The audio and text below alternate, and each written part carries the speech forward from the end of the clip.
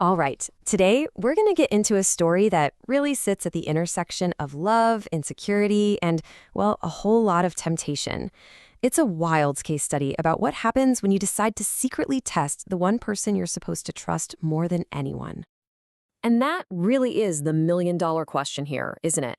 Is a test like this just a way to get some much-needed reassurance, or is it a total breach of trust from the get-go?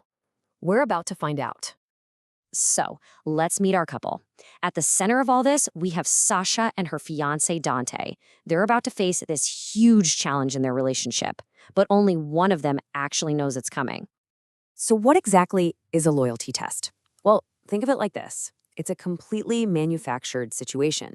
It's a trap, basically, designed to see how your partner acts when they think nobody important is looking.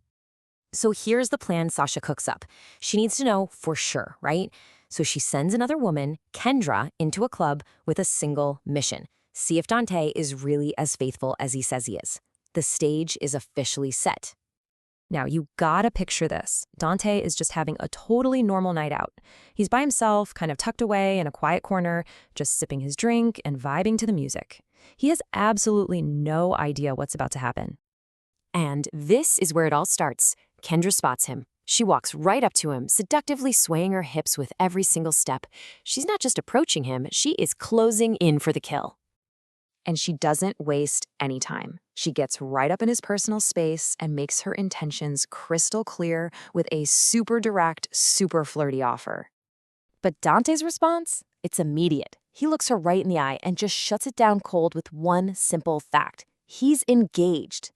You'd think that's test over, right? A clear pass? Nope. Kendra is not backing down.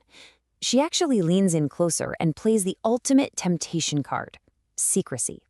She whispers that classic line, "Nobody has to know."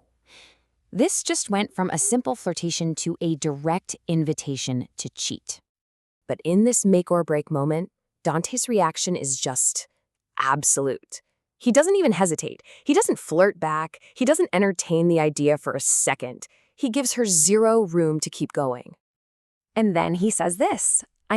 This is the crucial part. He doesn't just reject her, he reaffirms his love for Sasha. He makes it so clear that his loyalty isn't about fear of getting caught. It's just who he is. It's part of his character. You'd think that would be enough, but Kendra, maybe shocked that he's for real, takes it one giant step further. She makes it physical. She sits right down next to him and starts massaging his thigh, crossing a major, major boundary.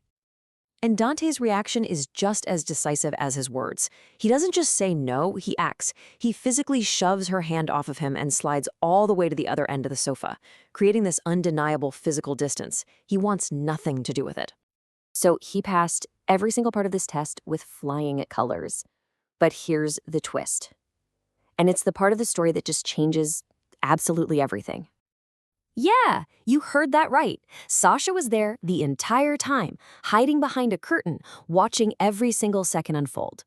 He wasn't just being hit on by some random woman, he was being secretly audited by his own fiancé.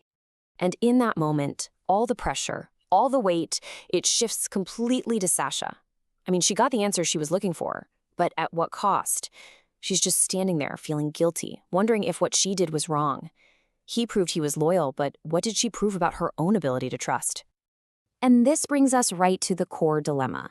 On one side, you could definitely argue that setting up a test is just manipulative. It proves you didn't trust him in the first place. But on the other hand, you could say that feeling insecure is a real thing, and sometimes people need that solid proof to feel safe. So which is it? A total violation of trust, or just a desperate search for it? But you have to ask yourself this question, right? What if Dante had actually failed? What if he'd taken the bait?